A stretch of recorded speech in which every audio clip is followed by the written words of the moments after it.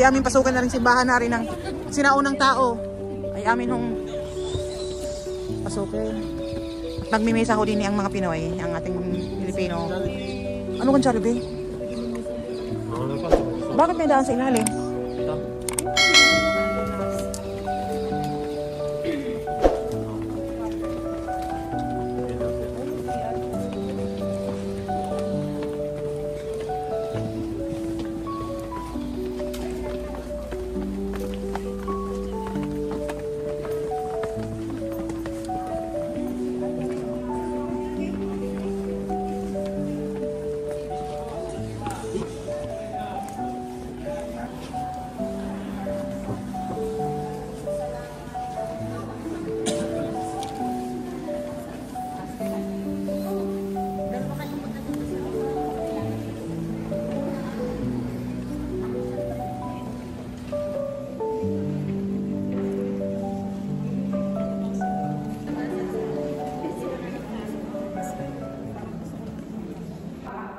Gaya ng amor na dagling napapawi.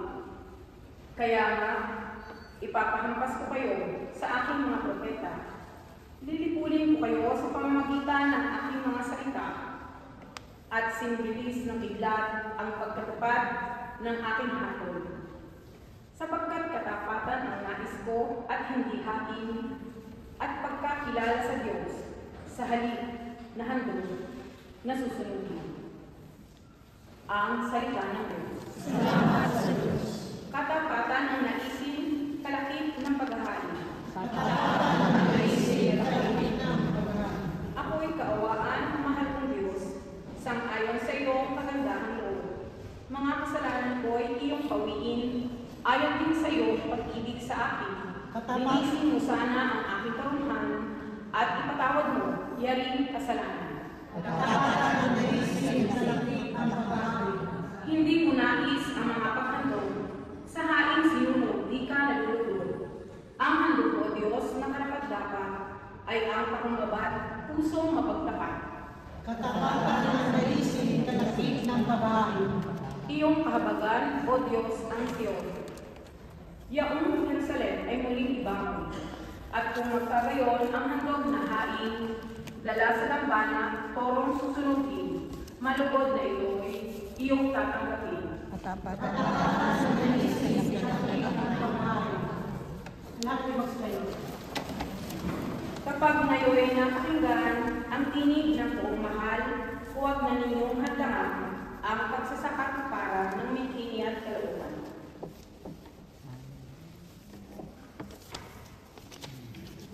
Sumainyo ang Panginoon. At sumainyo. Ang mabuting balita ng Panginoon ay kay San Lucas. Pupuri sa iyo, Panginoon. Noong panahon iyon, sinabi ni Jesus, ang talihara ito ng mga tao ang tingin sa sariling matuwid at umahamak naman sa iba. May dalawang lalaking umahig sa templo upang manalangin. Ang isa ay Pariseo at ang isa naman ay publikano. Tumindig ang Pariseo at pabulong na nanalangin ng ganito. O Diyos, nagpapasalamat ako sa iyo pagkat hindi ako katulad ng iba, mga magnanakaw, mga mandaraya, at mga manunya, o kaya ay katulad ng publikanong ito. Makalawa ako, nag-ayuno sa loob ng sanlinggo. Nagbibigay ako ng ikapo ng lahat kong kinikita. Samantala ang publikano ay nakatayo sa malayo, hindi man lamang makatingin sa langit, kundi dinadabugan ang kanyang dibdib at sinasabi, O Diyos, mahabag kayo sa akin na isang makasalanan. Sinasabi ko sa inyo, ang lalaking ito'y umuwing kinalulog na ng Diyos. Ngunit hindi ang isa, sapagkat ang sino mang nagpapakataas ay ibababa at ang nagpapababa ay itataas. Ang mabuting balita ng Panginoon. Pinupuri ka namin, Panginoong Jesucristo. Ipaniliwanag ko sa inyo ng simbang gabi ang mga detalye ng Holy Year and Jubilee Year. At ngayon po ay sinasagawa natin ang isa sa mga gawain ng Jubilee Year, yung pilgrimage. Pumasok tayo sa mga kanina yung dalawang banal na pintuan at maya-maya ay dalawang ulit. Dahil ang pintuan, iyan ay Simbolismo ni Jesus. Dahil nagsabi ni Jesus, ako ang pintuan. Makapapasok tayo sa langit sa pamamagitan ng kaligtasan ibinigay ni Jesus. Ang ginagawa natin ngayon ay pilgrimage. Tayo naglalakbay. Alam niyo po, ang pilgrimage, ito ay summary o buod ng ating buhay. Dahil tayo ay kabilang sa Pilgrim Church. Marahil na pansin niyo po, yung mga sign ng Santo Papa ay may corona at dalawang susi. Yung corona ay may 3 patong. Pansinin niyo po mamaya sa mga sipahan pa na pupunta natin, 3 patong. Ano ba yung ibig sabihin ng 3 patong na yun? Iyon po yung Triumphant Church, Suffering Church, at Pilgrim Church. Yung Triumphant Church, ang lahat ng santo at santa na nasa langit. Yung Suffering Church ay yung mga kaluluwa sa purgatorio. At yung Pilgrim Church ay tayo na mga buhay na naglalakbay pa, kaya pilgrim, naglalakbay pa patungo sa langit. 3 bagay lang na simpleng bagay na tingnan natin hinggil sa paglalakbay. Una, ang sino man naglalakbay ay may direksyon. Ulitin nga po natin, ano? May direksyon. Mula sa Milan, pupunta tayo Roma, meron tayong direksyon. Mula sa Angelina, pupunta sa St. Peter's, may direksyon. Mula sa St. Peter's, pupunta sa St. Mary Major, may direksyon. Dahil kapag ang isang paglalakbay ay walang direksyon, ano mangyari? Malilito. Ganun ang buhay natin. Ang ating direksyon lamang ay patungo sa langit. Kapag ang buhay natin ay paliko-liko, maliligaw tayo, hindi tayo mapupunta sa gusto nating direksyon. Kaya sa anumang gagawin natin, isipin natin mabuti, ito bang ginagawa ko na ito ay makakatulong para ako makapunta sa langit. Ang desisyon natin, tutulungan tayo ng pag-iisip na yun, ito ba ay makakatulong sa akin patungo sa langit. Yung gagawin namin ng pamilya, gagawin namin ng kabarkada, ito ba ay makakatulong na makamta ng direksyon patungo sa langit. Iyon yung mahalaga, direksyon. Pangalawa, kapag tayo naglalakbay, tayo may iniiwan. Di po ba? Iniwan ninyo yung bahay niyo. Dinala niyo po ba yung bahay niyo? Hindi. Yung girlfriend na lang nagdala ng washing machine. Si Carote. Nagdala ng washing machine, nagdala ng rice cooker, nagdala ng labas tuwila. Lahat ko na lang. Ang hindi dinala yung Bahay. kanyang mansyon. Kapag tayo naglakbay, meron tayong iniiwan. Nagsisikap tayo na may iwanan tayo sa buhay. Iiwanan natin yung ating kasalanan. Iiwanan natin yung nakakasagabal sa atin. Iiwanan natin yung hindi makakatulong sa ating paglalakbay. At ganoon ang ating daan patungo sa langit. Kaya sa Jubilee year na ito, di ba, tayo mag-uumpisa para tayo makakuha ng plenary indulgence. Iiwan natin yung kasalanan natin, iiwan natin yung masama natin galing, iiwan natin lahat ng sagabal para tayo ay mapunta sa langit. So yung una, may direksyon. Pangalawa, may iniiwan. Ang iniiwan ay ang kasalanan at masamang galing. At pangatlo, ang bawat paglalakbay nagsisimula sa maliliit na hakbang. Wala sa inyo na mula nila 2 minuto ay nasa Roma na. Walang ganun. Tayo lahat naglakbay kanina, nagsisimula saan? Sa maliliit na hakbang. Maliliit na hakbang. Gaano ka bang kaloris? Gaano ka bang kabagal? Nagsisimula yan sa paunti-unting hakbang. Ang daan patungo sa langit, hindi instant. Hindi mabilisan. Ang daan patungo sa langit ay paunti-unting hakbang. Dahan-dahan. At huwag tayo maging very idealistic. Na pagkatapos ng pilgrimage na ito, tayo ay parang mga anghel. Hindi totoo yun. Kapag bukas nakita ko kayo at sinabi niya, Father, sa pilgrimage natin, pakiramdam ko, ako ay isang anghel. Tutok-tukan ko kayo. Hindi po totoo yun.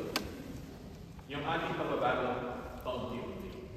Yung ating pagtalikod sa kasalanan ay hindi instant, hindi bukas ay mabait na tayo, hindi mamang gabi ay mabait na tayo, yun ay paunti-unti. Dahil sa galing natin, hindi. Dahil sa tulong at grasya ng Diyos. Kaya mga kapatid, yung ating ginagawang pilgrimage na ito, naway maging gabay yung tatlong mga bagay na ito. Una, sa ating paglalakbay, meron tayong direksyon. At ang ating ultimate direction, yan direksyon pagtungo sa lahat. Pangalawa, sa paglalakbay, meron tayong tinatalikuran. Iniiwan natin ang kasalanan at ang masasamang tayo. At pangatlo, ang anumang paglalakbay, nagsisimula sa paunti-unti hakbang. Para sa Simbahang Katolika, nawa siya'y laging maging kasangkapan para sa pagbabalik loob ng mga tao sa sanlibutan. Manalangin tayo. Panginoon, hingin mo kami.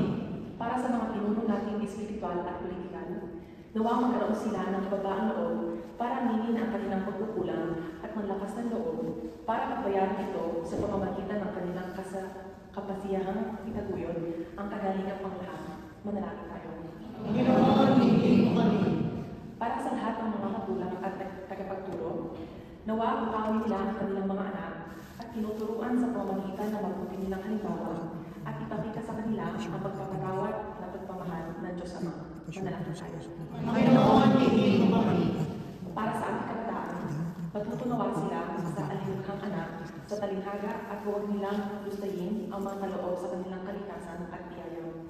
At sakaling sila'y magkasala, naway huwag silang pag-alinlangan sa dakilang pagmamahal sa kanila ng Diyos. Manalangin tayo. Panginoon, hingin mo kami. Para sa ating lahat, matutunawa tayo sa amang nasa talinghaga upang maingatan natin pagiging bukas tuwinang ang ating mga puso sa pagtanggap at pagtitiwala sa mga dating bilanggo at ibang nagkasalang nagsisikap na magpanibagong buhay. Manalangin tayo. Panginoon, hingin mo kami. Ilahan natin sa Diyos ang ating mga pagsariling kahilingan, ngayon din ang ating mga pabisa sa araw. Langin kayo mga kapatid, yung ating pag-ahari, ay kalignan ng Diyos at ang mga pangyarihan. Ang gabi naman, Panginoon, nagkakaroon sa iyong mga kamay. Kapulian niya at kalakaran sa ating pinapangalan sa Diyos sa ganyan. Ang namin lumikha sa iyong kagandang loob, dinalisay mo kami upang sa iyong makadulog sa pagdiriwang na ito ng maringan at paghahandog, maihain naman namin ang iyong ipinadulugod sa pamamagitan ng Jesucristo kasama ng Espiritu Santo, magpasuwalang hanggan. Amen. Sumainyo ang Panginoon. At sumayin rin. Itaas sa Diyos ang inyong puso at dibdib. Pinanasa namin sa Panginoon. Pasalamatan namin ang Panginoong aming Diyos. Marapat na siya ay pasalamatan. Ang aming makapangyarihan, tunay ng marapat na ikaw ay aming pasalamatan sa pamamagitan ng Jesucristo na aming Panginoon. Pinanapat mo ang pagtitiis para sa naghihirap ay maging tagapagpahiwatig ng pasasalamat na aming inihahain ngayon sa iyong Ama. Ang iyong anak ay tulirang tagabigay ng pagsasaluhan sa mga nagugutom at mga naguuhaw. Sa pagsunod namin sa gilid mong anak, ang pagkamaway mo ay aming ginaganap upang ang paglingkod ay maparinaan sa aming pag-ugaling at gawain ginawa. Kaya kaisa ng mga anghel na nagsisi amin, nang papuri sa iyo na walang kumpay sa kalangitan, kami nagbubunyi sa iyong kadakilangan. Banal ka po may kapal, banal ang iyong pangalan. Banal ang iyong kaharian, langit lupa'y nagpupugay sa iyong kadakilaan. Dinadakila ng lahat ang napakitong mong anak, na siyang nagmulat sa bulag, sa pilay ng malakat, at nakiramay sa lahat. Natin si Lord. Ang manaming banal, ikaw ang buka ng tanang kabanalan, kaya sa pamamagitan ng iyong Espiritu, gawin ang banal ng mga kaloob na ito, upang para sa aming maging katawan at dugo ng aming Panginoong Jesucristo. Bago niya pinagtiis ang pusang loob na maging handog, hinawakan niya ang tinapay at pinasalamatan kanya, pinaghati-hati niya ito, iniyabot sa kanyang mga alagad na sinabi, tanggapin niyo lahat ito at kanin, ito ang aming katawan na ihandog para sa inyo.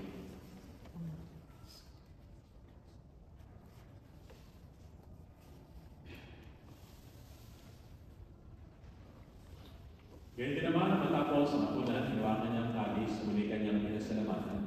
Iniyabot niya ang kalis sa kanyang mga alagad na sinabi, tanggapin niyo lahat ito at inumin. Ito ang kalis ng aking dugo, ng bago at walang magdantipan. Ang aking dugo ay bubuhos para sa inyo at para sa lahat sa kapagpapatawad ng mga kasalanan. Gawin niyo ito sa pag-alala sa akin.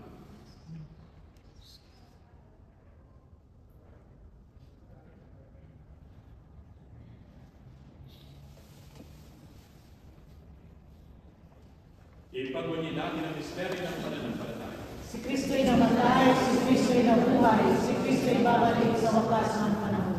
Ama, ginagawa namin ngayon ang pag-alalas sa pagkamatay at muling pagkabuhay ng iyong anak.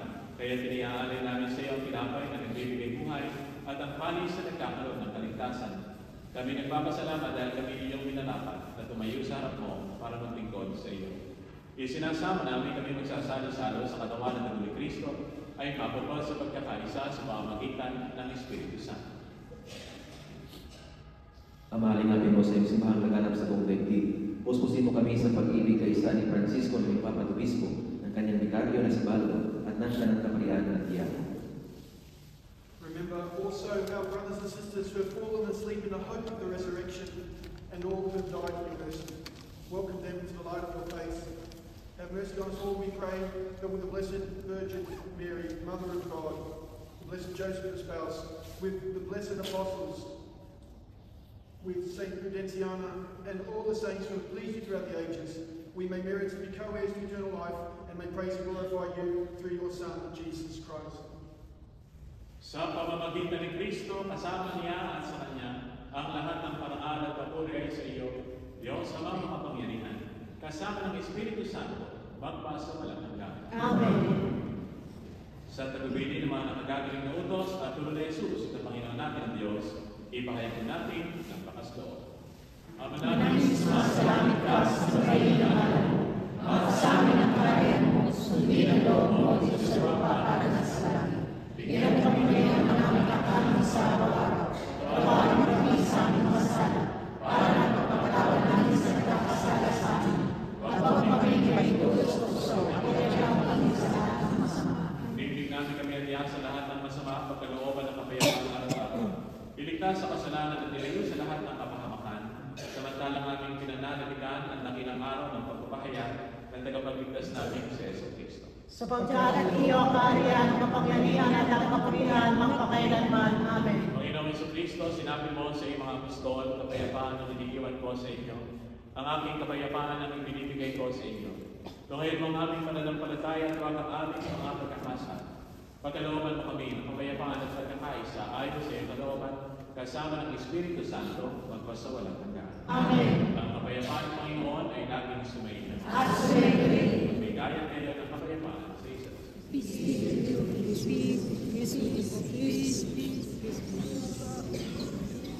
Kundero ng Diyos na nag-aalis ng mga kasalanan sa libutan. ng mga kasalanan ng sanlibutan, mapalat tayo na inaanyayahan sa tingin ng poder. Panginoon, iyo ang kalagawan na pagpatuloy sa iyo. Ngunit sa isang salita mo lamang ay gagaling na ako.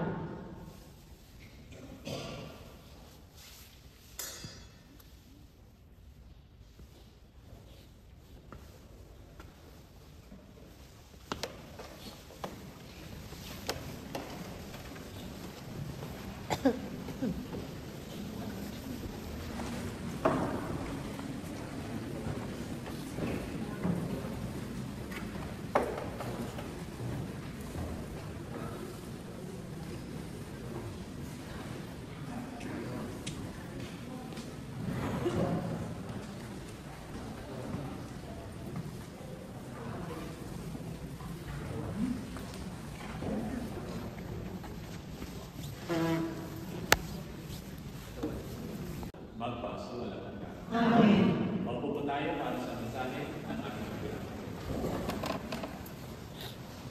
Alis at ako'y nagdala na pinabati ko kayo na taga-komunitahan ng Milano. Actually, mayroon kami parokya doon sa Milano, Scalabinian Fathers sa Chiesa del Carmine. Kaya, so actually, ako'y isang Scalabinian Fathers. Ako ngayon ang bagong kapilano dito sa Centro Filipino Chaplaincy.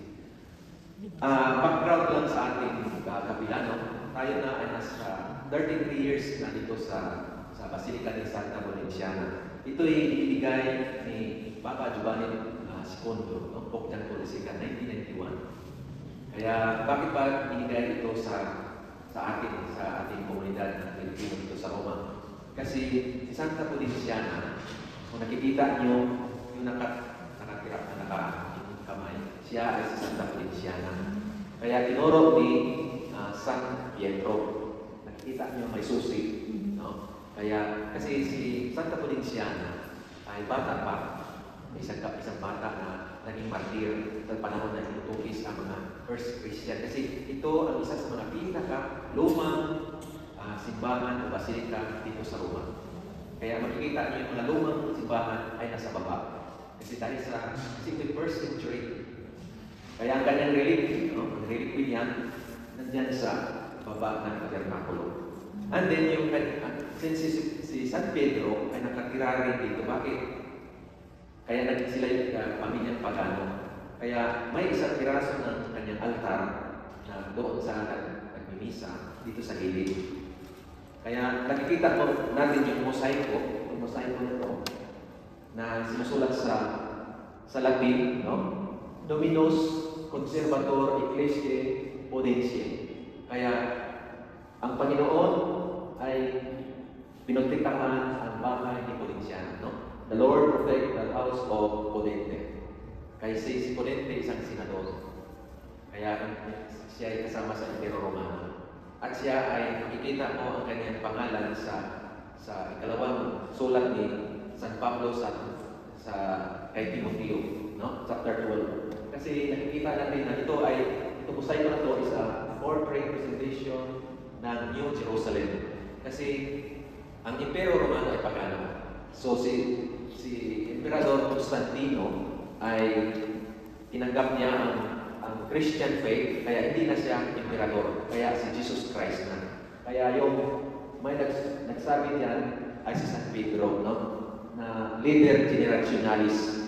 Ang Panginoon ay pangwalang hanggan. Kaya may nakita nyo sa kanyang paa, kaya siya ang pinuno. And then itong mga apostoles na nagpe-present ng mga senador. Kaya yung sa likod ay yan ang Jerusalem. Kaya yan ang bakit ba ito nagiging binibigay sa atin? Kasi yung 15th century, May 19, kay panahon ni Miguel Lopez de Legazpi, mayroon kayong history, natatag ang pananampalatayang Kristiyano sa Pilipinas. Kapistahan ni Santa Ponciana, May 19. Kaya siya ay kinakonsider natin na second patron sa Pilipinas. Ang pinangunang nating patron ay ang Immaculada Concepcion, no? Kaya marami tayong mga devosyon, sa Francia, Berlin sa barangay. So ngayon, ako'y pasalamat rin sa inyo na kayo bumibisita ngayong panahon ng taon ng Jubileo, na sana maramdaman rin natin na hindi lang na tayo'y naging bahagi ng kasaysayan. Kasi marami ditong namatay ng mga Kristiyano.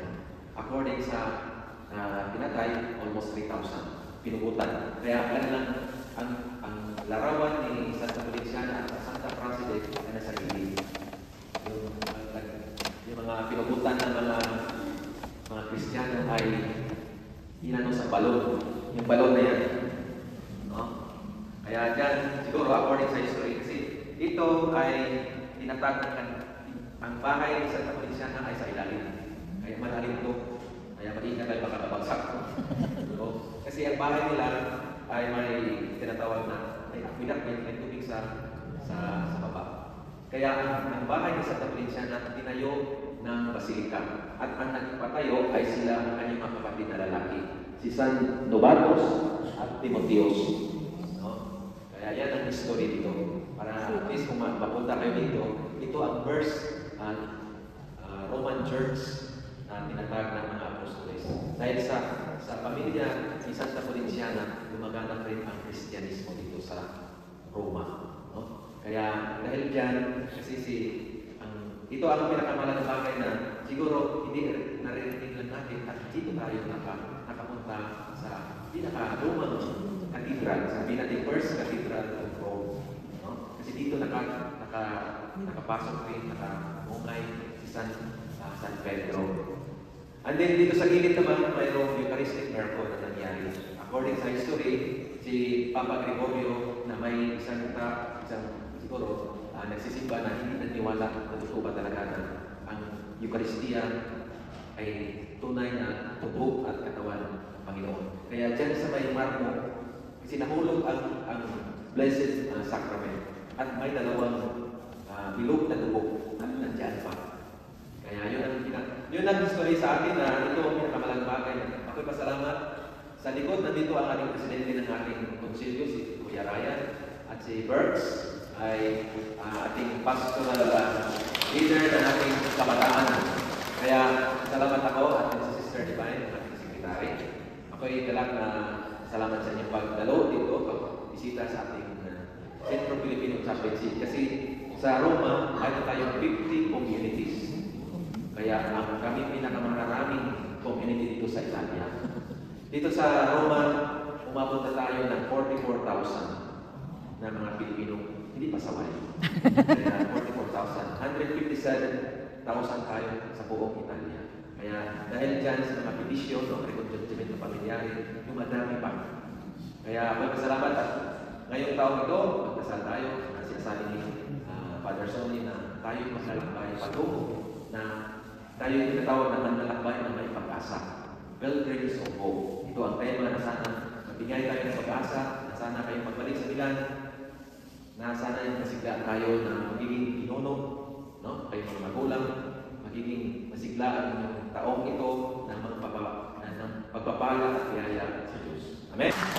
Matapos po ang panalamisan, so tatay kaming tatlo, picture para lahat ay meron na souvenir. At kakain na po tayo after magbibingan, mga magbibibig. Tapos anong oras po ang pag-alis papunta sa St. John Lateran? 1 o'clock. Okay?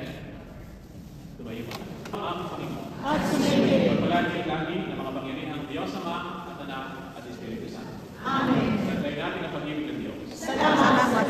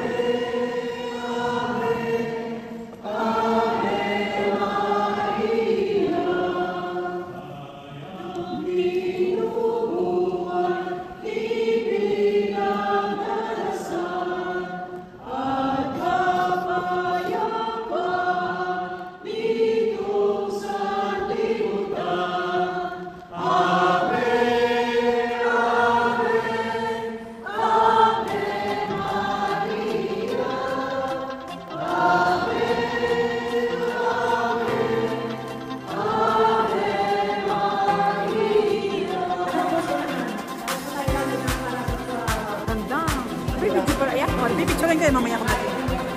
Ganda ah. Grazie Roma. Tara, kain na tayo. Tara mo ng bahay sa Pilo, no? Nakalikod natin mag-video.